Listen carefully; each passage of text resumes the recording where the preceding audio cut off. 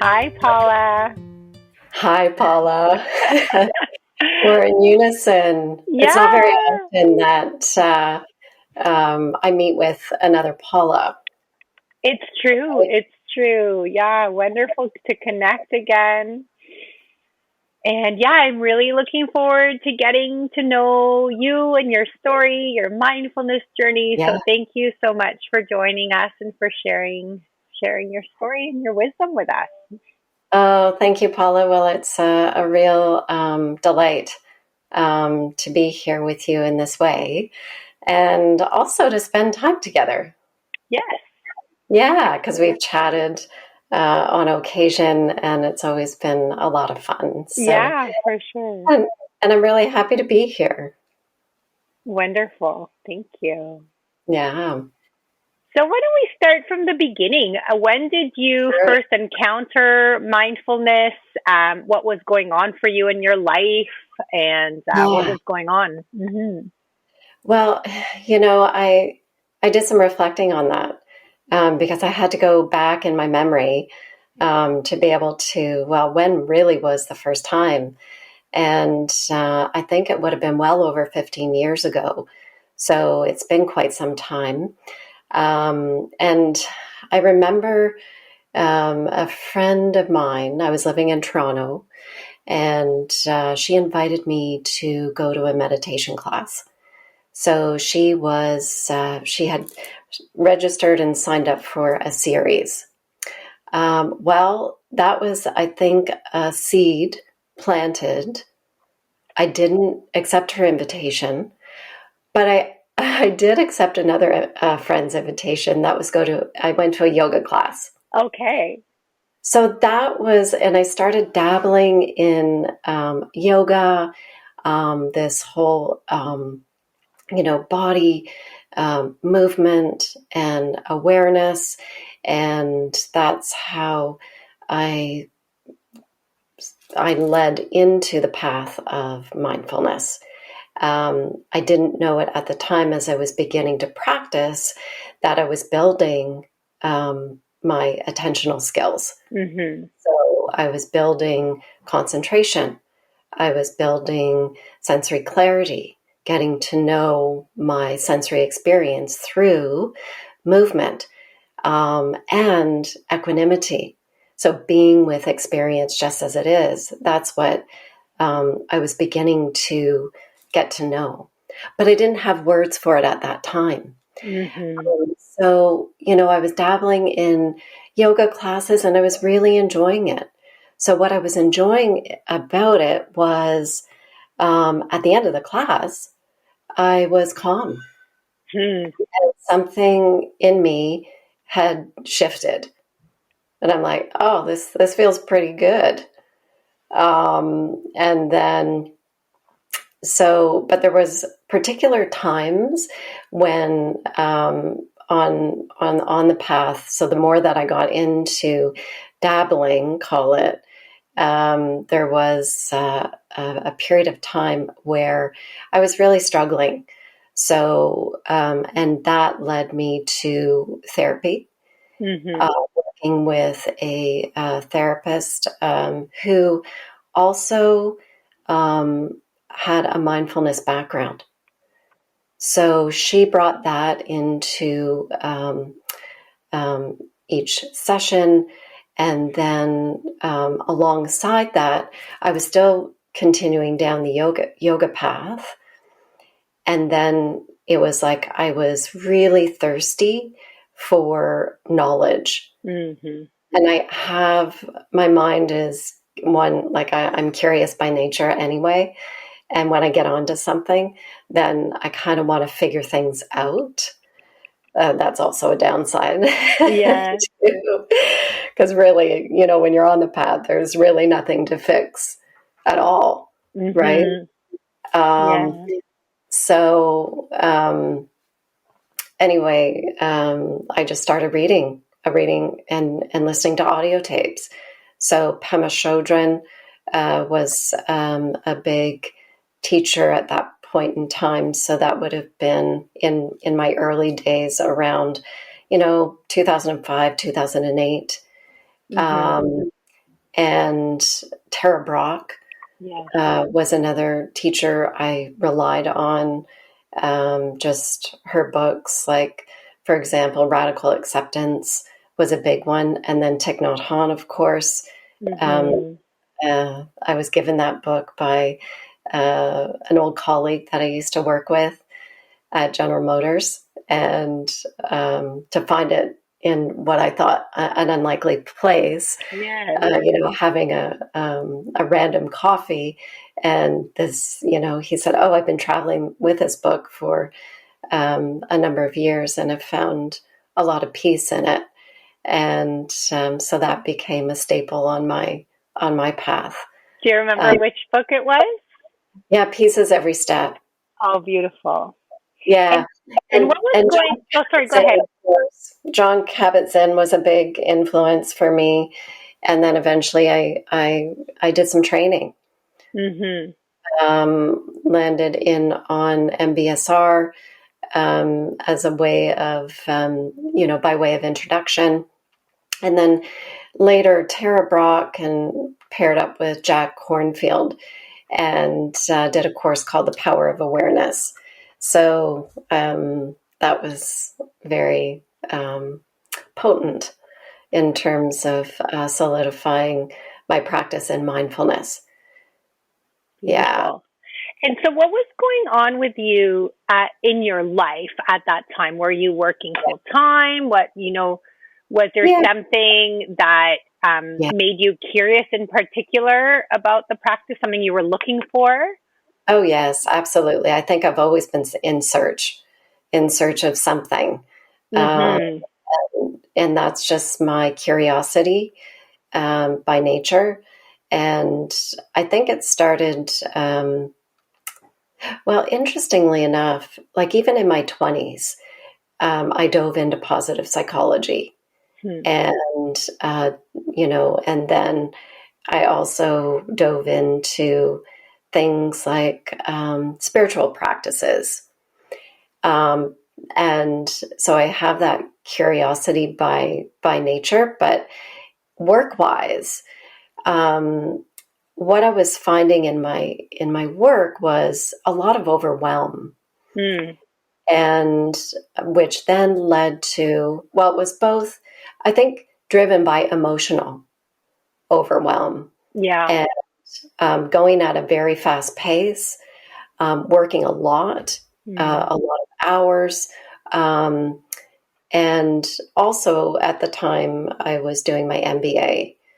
So I was working full time, I was doing my MBA part time, and it was a lot of stress. Yeah. A So lot. then it got, yeah, a lot. And Hmm. although everything looked really good on paper, things on the inside were really kind of telling Yeah. in that, I was just going through the motions of living very materially. So, then things started to break down in my physical body. Hmm. So, for instance, the big cues were back pain. Mm-hmm. Um, I don't know how many prescriptions, like my eyesight started to change significantly in terms of my eye prescription, like Huh. in a short period of time. Because there was a lot of screen time when I was Yes, doing the that's MBA and true. studying and a lot of writing. And although I thought I was probably taking good care of myself physically with exercise, running, walking, hiking, that sort of thing, there were these other elements that needed a lot of nurturing and care that Yeah. were going unnoticed. So that led to, back problems, eyesight, as well as panic. So Oh, yeah. I had experienced a panic attack in that, and I didn't even, like, it was undiagnosed. Hmm. So it was, I went to see my GP, And then she chalked it up as, well, this is just stress. Okay. And it was more like, yeah, this is just stress, so deal with it. Yeah. And then I went for multiple tests, like, for instance, well, heart, because they checked my heart because there were other symptoms and sensations that were going on in my body that I wasn't able to explain. And quite frankly, after seeing another doctor, they weren't able to explain it either. And nor, what was really interesting, Paula, was that there was no referral recommendation to anything else as it related to the mental health world at that time. Yeah. Yeah. It's so crazy how it's still, even though the research is there to show the Yeah. connection between the body and the mind Yeah. and all these things that we can do to help them, the medical communities, I mean, I think they're just starting to, maybe now, like that Yeah. was still like a few years back. So maybe now, hopefully, they would give a bit more, direction in terms Yeah. of what to do with the stress. Like, okay, you have stress. And they kind of acknowledge that stress is a factor, but Yeah. then it's like they don't give you much, right? That's tough. Yeah. Yeah. So then that was the precipice to then looking at my whole health, Mm-hmm. um, Great. and then taking the steps to, because I've always had, I've, and at an early age, I had really great success with natural medicine. Oh, yeah? Hmm. Yeah. Um, and so then, I went to see a naturopathic doctor and changed diet to whole foods. And then at the same time, yoga and meditation or mindfulness was coming into my life, and at Hmm. perfect timing. Yes. And when Yeah. you started practicing, you mentioned that you felt good after the yoga class. And Yeah. was there some carryover benefits? Like, did you notice any changes in your day? Yeah. I noticed big changes. So, in that, um, positive experiences in my life were beginning to be more magnified. Mm, Yeah. beautiful. And also, um, over time, um, I was feeling more um, clarity. So the Ah, clarity in that I was gaining more clarity around the work I wanted to do. hmm.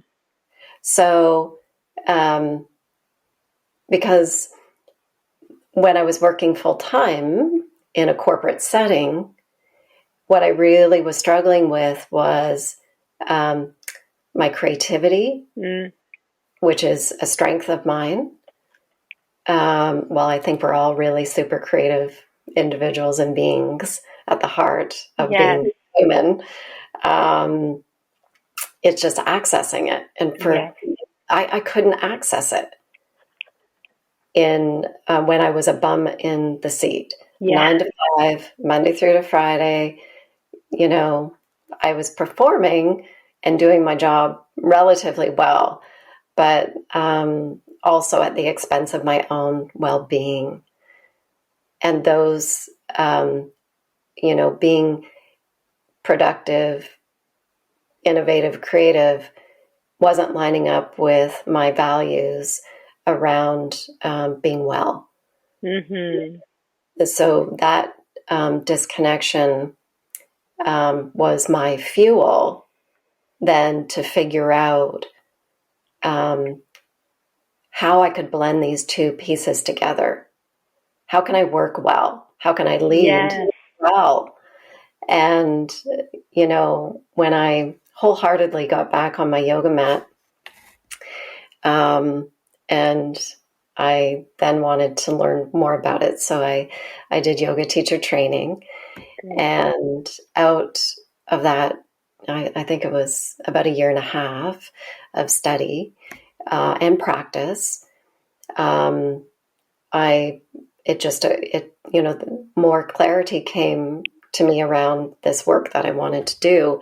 And that was really marrying up mindfulness, meditation, and embodied practice in order to then fuel and create the foundations to work well.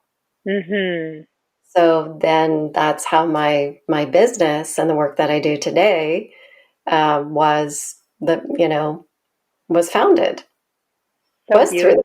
practice. Yeah, wow. And And was that's it the like a power. one-time insight, or did you take little steps? Yeah, it really was I think, what's interesting, and I think David White, the poet, talks about this, is that, there, the seeds get planted many years before something comes into manifestation. Mm-hmm.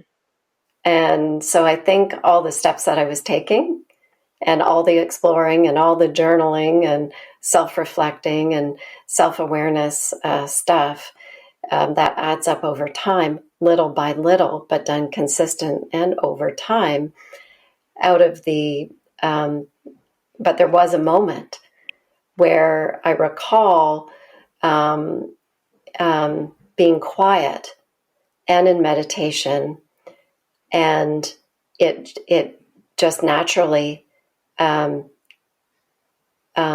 came so with such clarity of here are the things, and here are the elements, and this is the work. Wow. And Yeah. then did you, yeah, Just on that note, it was just because when we get that clarity, what comes is also a level of confidence with it. It's like, it's a truth. Like, yeah, oh yeah, of course, this is how we need to be working. wow. Nurturing our whole self, just not working out of our heads, but how can we be aligned in our whole faculty? Yes. In integral coaching, we call that self as instrument. So the gut, the heart, the head are all working and online. And to me, it's just practical and it's efficient. Yes. You It's know? interesting because it's so the opposite of the perception sometimes that if you incorporate the body or you pay attention or you pause in your day, you will be less effective. But Ah, of course, you're going to be more effective if you are that's right. really aware of what's going on and not just outside of you, but inside of you so you can make good Right? decisions, right? Yeah, exactly. Totally. This is Oh, fascinating. So you had the insight, and yeah. did it stay clear, and did you know kind of the next steps to do? Like, did you quit right away, or did you have conversations, or? Yeah, well, that's interesting. No, I didn't quit right away, but what was happening, and these are it's all so beautifully sequenced. So Yeah. I did leave, a corporate job that I had been in for many years, and that was in the automotive industry with GM. Yes. They were they were doing voluntary severance packages at the Hmm. time, and Perfect. I know totally. And so I was one of the volunteers. The company was downsizing like mad, and I was not seeing my path clearly Hmm. within the organization. So you know, I thought, okay, let's take the voluntary severance package. And so then off I went. And that gave me some time. Yes. And so with that time, I was sort of noodling around what might this next piece be for me. I didn't have it figured out. And but I landed into a position that was aligned with me in terms of what I love to do, and that's teaching. Mm-hmm. So I ended up teaching at Humber College, which is where I went to school. I've done two certifications there, one in human resources management and another in creative writing. I worked on a book length project as part of that program. It's really amazing. So anyway, um, all of that to say, I then had, as part of the package, I had career transition services as a part of the help to be able to get me to my next position. Great. So I landed into a talent management company, loved it, and all the while thinking, oh, how might I be, teaching some of this stuff at some point in time? Yeah. Because I thought, it was all about self-reflection. It was about getting to know yourself and your strengths, your values, and aligning that to the work you're here to do. Yes. So that was a piece of the puzzle. Mm-hmm. But out of that, I ended up landing a full-time job outside of the industry at the time it was an organization very much in startup.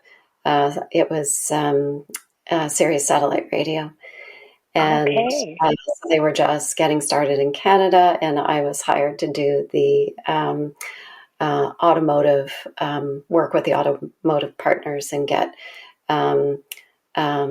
it was a marketing position. So it was all about, as vehicles were rolling off the lot, it was to get folks educated on, the technology. Yeah. So I accepted. It was a full-time position, and very shortly, it was just a couple of months into it, and I was feeling very overwhelmed, stressed, and in sort of that same seat that I found myself while I was in the previous organization. And I'm like, I don't think this is going to work. So something really beautiful happened there, and which changed the trajectory and offered me the opportunity to again plant that seed for what was to come in the future in terms of launching my business. So I did hand in my resignation, and I was thinking, oh, I'm done. And after it was kind of a funny story. Um, the talent management company where I did the transition services decided to do a story with the Globe and Mail on a recent candidate that landed successfully in their next position. So as I was on the front page of the Globe and Mail, saying, oh, Paula Pyne, she's just, a recent minted MBA, and she's landed her ideal, perfect job. And it wasn't like days later that I'm handing in my resignation. Wow, so funny. Right? Yeah. And I did. And I was really fortunate, though, because the VP at the time came to me and said, like, oh my God, what's going on? And he asked me a really potent question. And he said, I'm really curious. What do you want to do? Like, really? Nice. What's your dream? And so I'd been, as I said earlier, I had been kind of noodling that around. And at that time it was, I was envisioning what looked like maybe a bricks and mortar spa where it was offered a space where, people like me at the time, corporate leaders that needed a space to get quiet, reflect, take care of themselves, and nurture whole body, whole mind, and soul.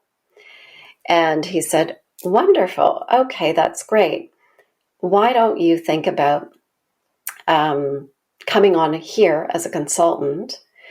You can set up your own business, so get started that way, at least, register and come on as a consultant. And then as you pare down your hours, you can work on your business plan." Wow. Yeah, like it was an amazing gift. Yes. And so that's what I did. And fast forward a year and a bit later, as that was winding down, I wasn't ready to launch the bricks and mortar, and then ended up transitioning from marketing into HR. Okay. And joined the talent management company, and started with facilitating, coaching, helping folks in career transition. And while continuing to, nurture this business idea, continue with my practices, and then ended up consulting for the talent management company. And then I got hired full time again. Wow. It took me a while to figure out that I wasn't a bum in a seat. Yes. That lasted a year. And then it was at that point in time I said, you know what? I really need to figure out what's going on here. And that's when I really got serious about my practice. And then that's when I started to see the therapist more on a regular basis. And it was like a real pivot moment where, I needed to change. Yes. Yeah. So it was, I had that moment where it was almost like a come to Jesus moment with myself, I call it, and said, I really need to get behind, I need to get underneath some of this stuff. Yeah. Yeah. And that's what I did. And so then out of that, although I left that position, it was maybe a month or so later that I kept the consulting piece of my work and joined another talent management company to focus on career transition, leadership development, while I was still continuing to nurture, what this business was. Yes. And then when I got that clarity, then it just came really quickly, efficiently, and built out the website while I was working as a consultant at the talent management company, the second one that I joined as a freelancer. And once I felt comfortable, and that sort of, I just looking back, I was, as I launched my business, which is Uplift Consulting, I was noticing in the suite of talent management offerings and services, what I was doing was more focused on the self-awareness, self-development, what I call foundational skill sets for leadership resilience and just leadership, personal, professional in general, emotional intelligence, and embodiment.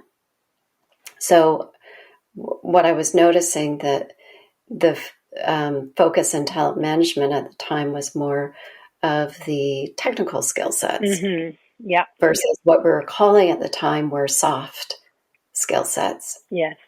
And I really wanted to focus on that. So then I launched and eventually went solo.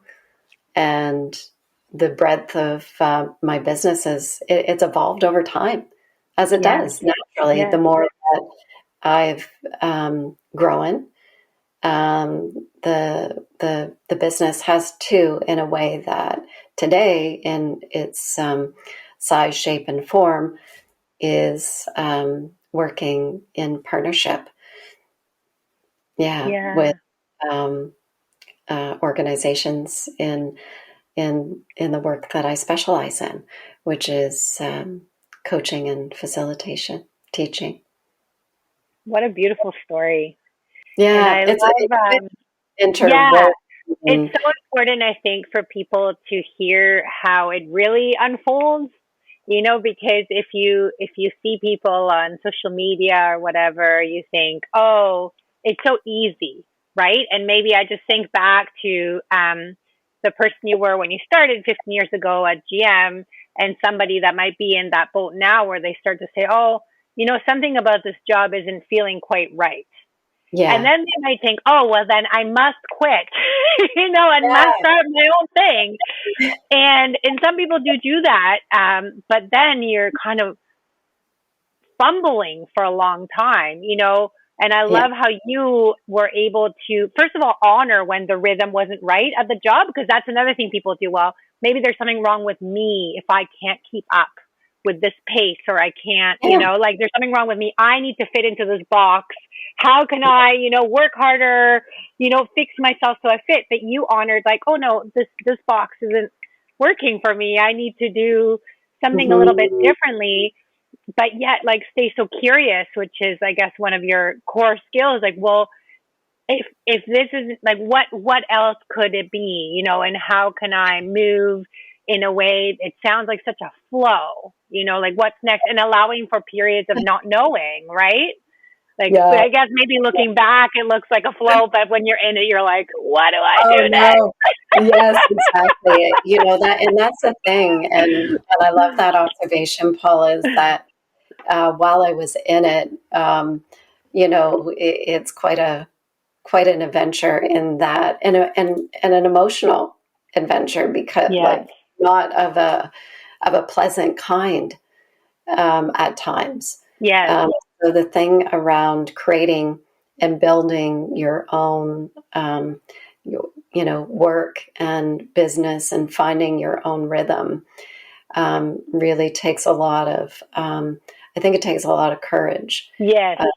and patience, Yes. which wasn't necessarily a strong suit of mine, but something that I have built over time, and certainly practice has really, really helped anchor Yeah. that.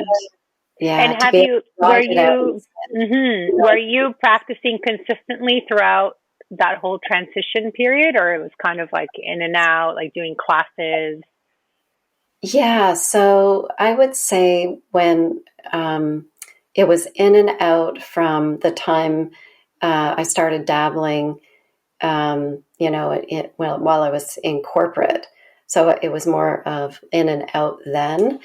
But then when the last full time position I had, I got pretty serious around my practice. And that's when yoga became a very consistent part of my life, and as well as mindfulness and meditation. So, Mhm. but I learned and gravitated more to, well, how I was taught meditation originally through my yoga teacher. Okay. So that was a combination of, well, shavasana, and um, breath awareness, Right. as well as mantra. Okay. Yeah. Who was your yoga teacher? Sylvie Goen here in Ottawa. Okay. She Oh, in is, Ottawa. Okay. Yeah. yeah. Great. Hmm. So she has her website is Inspired Living. Okay, Yeah. cool. hmm So then you would do that on your own. You would have a mantra that she gave you. Yeah. And So yeah. how I started was she offered it was a 40-day meditation challenge. Oh, nice. That's a Yeah, good idea. it is. And we Yeah. gathered in the beginning. So it was like, I think, an hour and a half workshop to start. And then, she gave us the instructions and, what Shinzen now calls the technique instructions, call it. And then the part of those instructions were for the next 40 days, then pick a time um, and get a room set up where you want to do it, your location, and do it for the next 40 days. So I'm a good student, Yes. and and that's what I did for 40 days. And I'll never forget the first time I did the sitting practice was I set my timer, and I think it was for 10 minutes or something. And I ended up not setting the timer. And then I'm like, what's going on? It should be 10 minutes. And it was 20 minutes. Oh, nice. Yeah. And so I thought, okay, I could do 20 minutes. And so what I did, I set up my space. I set the timer for 20 minutes. It was breath awareness. And the mantra was in Sanskrit, so hum. Yeah. And that's the natural, right? The natural sound of Hmm. your inhale and exhale. I am that. I am. In its translation, and it just stuck. So after Hmm. the 40 days, it just I was regularly on a cadence. Plus, Okay. I had my movement practice, um, and yeah, and then that led to eventually finding practices like yoga nidra, Yes. Hmm.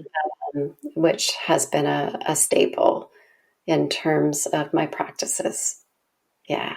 So beautiful. And I love, yeah, you found a teacher that worked for you. It's so important, right? At that time, because there's, especially now, I think if you were to start now, even more, there's so much out there. How do you know what to practice? And your mind can get crazy just about that, That's right? So right. just having somebody tell you, okay, for the next 40 days, you're going to sit every day.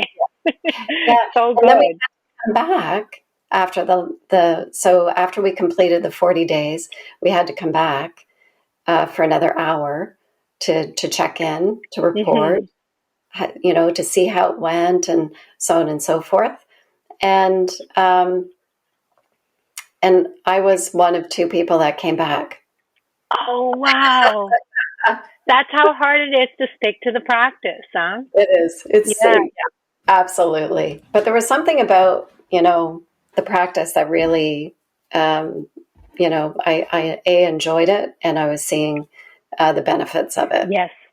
So I guess those Um, are the pieces that would help people, right? Like find something you enjoy, like the Soham seemed to resonate for you, yeah, and notice how it's affecting you in your that's life, like the benefits, and that yeah, kind of keeps the motivation going. absolutely. Yeah.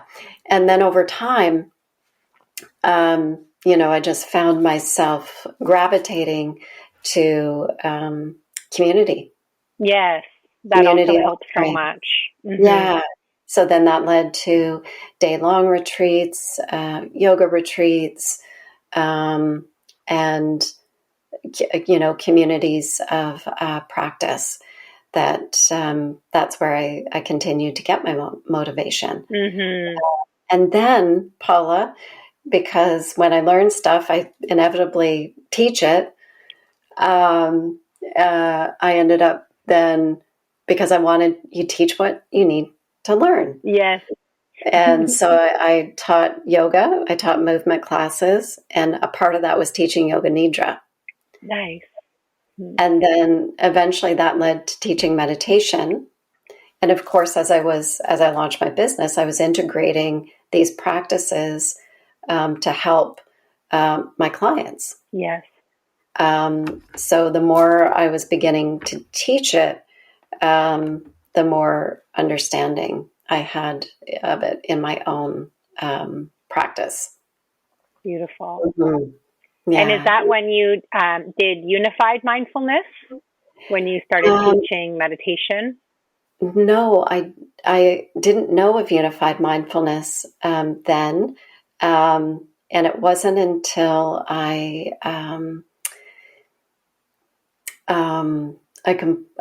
finished up my master's in integral coaching Canada, and I came along a couple of unified mindfulness coaches that are also master integral coaches. Cool. So that Meg Salter, I chatted with her just to find out more about the work of Shinzen and unified mindfulness, because I got to a point, it was where I had been looking for my next teacher. Who's my teacher? Because although I had a wonderful beginning, as my practice was evolving and growing, I was I felt that there was a missing component or piece to having like one system, one teacher. Yes.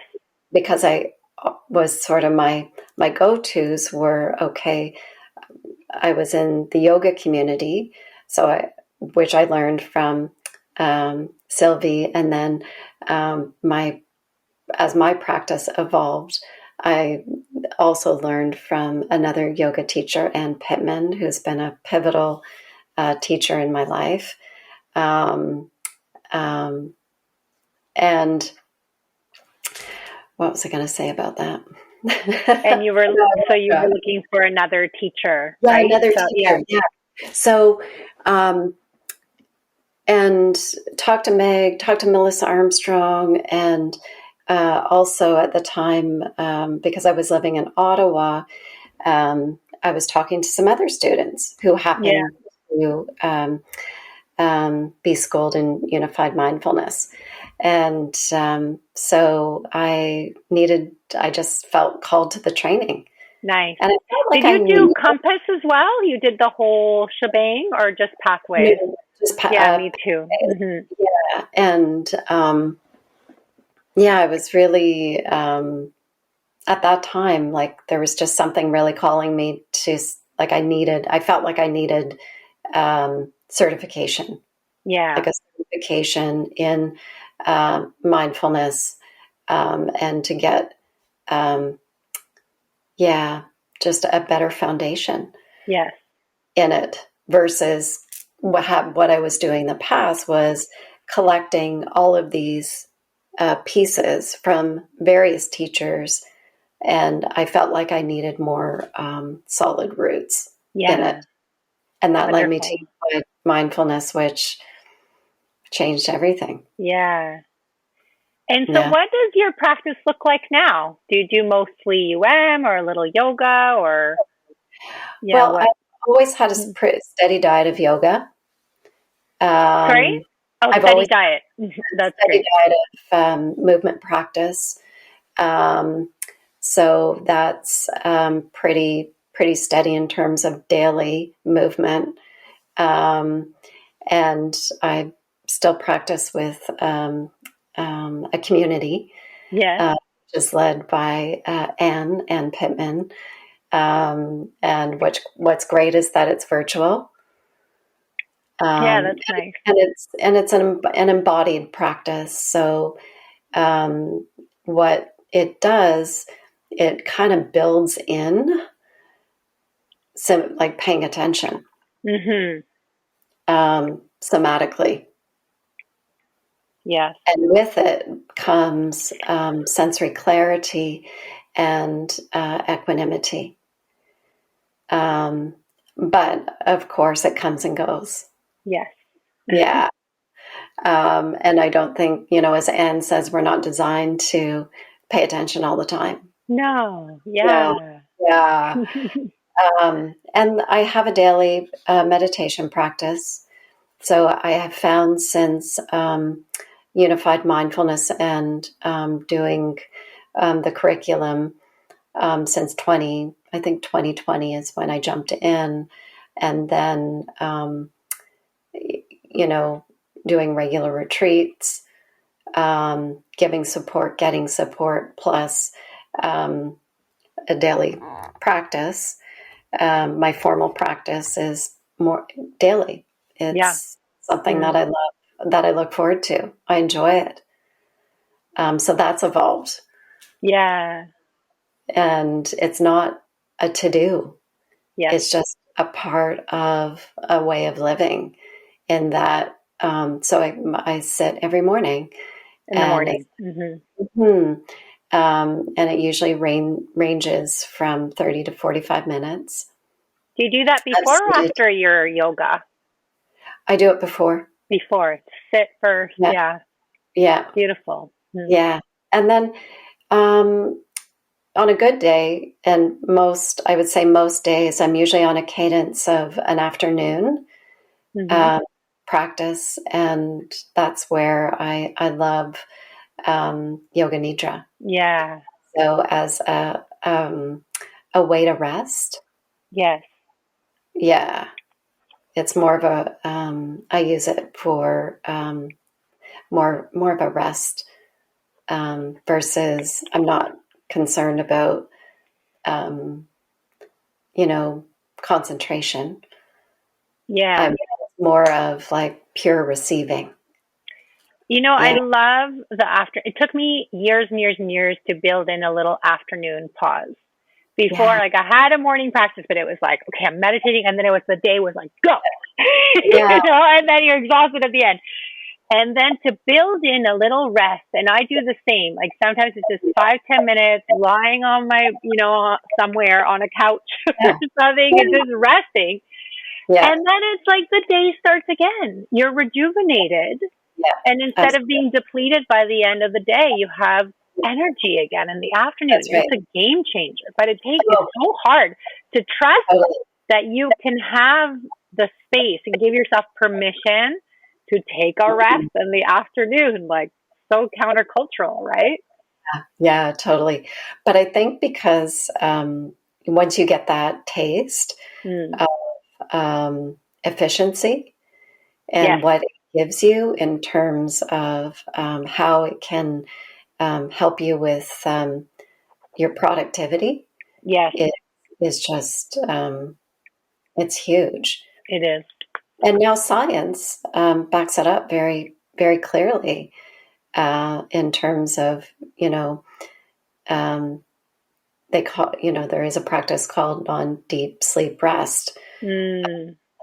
It is very similar to yoga nidra, and it has many benefits in terms of, you know, productivity, and actually also helping you to sleep in Yeah. general. Yeah, many Yeah. sleep benefits. Beautiful. And do you Hmm. have a favorite micro hit? Maybe you could tell us about it and lead us through a micro Sure. hit. Oh, I'd love that. I'm ready. Um, I think it's when I come to sit, and whether that be coming to my desk or even just now, or it's feeling into the body and where you can find pleasure and comfort. Mm. And then eventually that leads to a smile and feel good. So I'd love to share that with you and the audience here. Great. Yeah. So I invite you to find your comfortable seat. And, you know, if you're sitting in a chair, just notice how the body is settling into your chair. You can keep your eyes open or your eyes closed or half-masked, whichever's most comfortable for you. I think I'm going to close my eyes. And if your eyes are closed, maybe softening the eyes to settle, and noticing as the eyes soften, perhaps maybe the cheeks and the jaw soften as gravity settles into your posture, so that trails down to the shoulders through to the arms, down to the fingertips.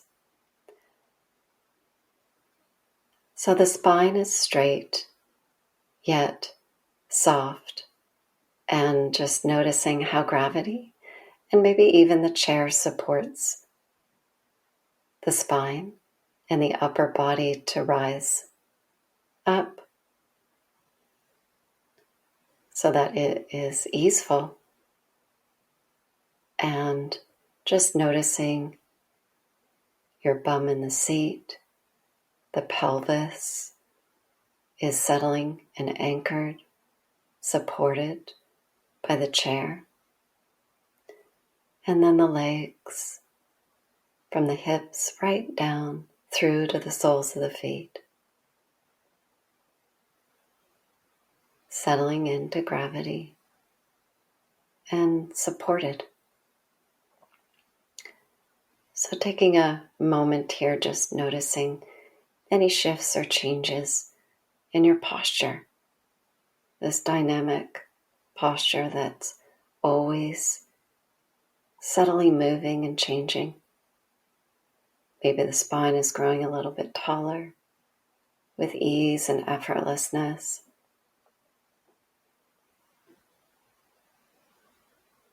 And noticing what place in the body feels comfort, ease, or just feels good. So placing a light attention on what feels good.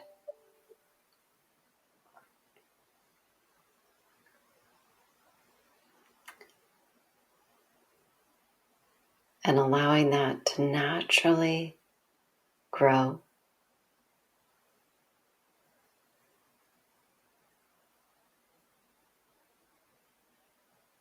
And if the contrary comes up, not to be overly concerned with anything unpleasant, just allow it to rest in the background. In equanimity, allow it to freely come and go while all of your attention is coming back to what feels good in this place of sitting. And maybe it's just the support of the chair that you can lean into just a little more deeply. Feel good. And then maybe perhaps bringing a soft smile or a big smile on your face. And how that may change the physiological parts of your body to grow taller, and just riding the wave of maybe a positive emotion that's present.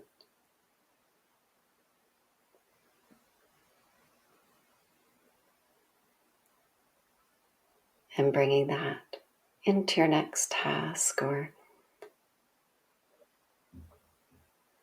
where you find yourself now. And it's always available for us to just simply enjoy. So thank you. So we'll keep smiling.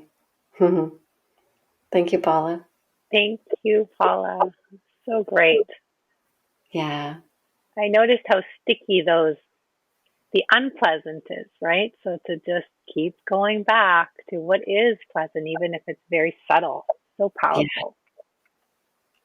And a smile changes Yeah, everything. yeah. So, are there any final thoughts you want to share? Maybe tell us a bit about the work you're doing now and where people can find you and anything else Yeah. we may So not have people, covered. yeah, Hmm. sure. People can find me at upliftconsulting.com and or through social media. I'm often on LinkedIn, so I do a little bit of writing there. And I work with leaders at all levels in organizations, mainly on topics of creating strong leadership foundations to be successful in these times of uber change and uncertainty. Which really lend well to those, if you're seeking clarity, purpose, increase in engagement, influence. So, yeah, that's the bulk of my work now. Um, and you know the and I do have a weekly meditation class. Oh, great. Um, that I have ongoing, and I'm always interested in working with um, um, people in terms of just talking about the practice. Hmm. So, you know, I think that's so important is to get help and get the support to keep your practice going. So I'm always interested in hearing from people around how I can support them in their practice and to keep it alive and to keep it well. Yeah. Wonderful. Well, Hmm. thank you so much, Paula. It's been such a pleasure, Yes. Thank you, Paula. and we'll see you again soon. Yes, we'll Looking see you forward again to it. soon. And I love what you're doing. Oh, thank Yeah. you. Thanks so Yeah. much.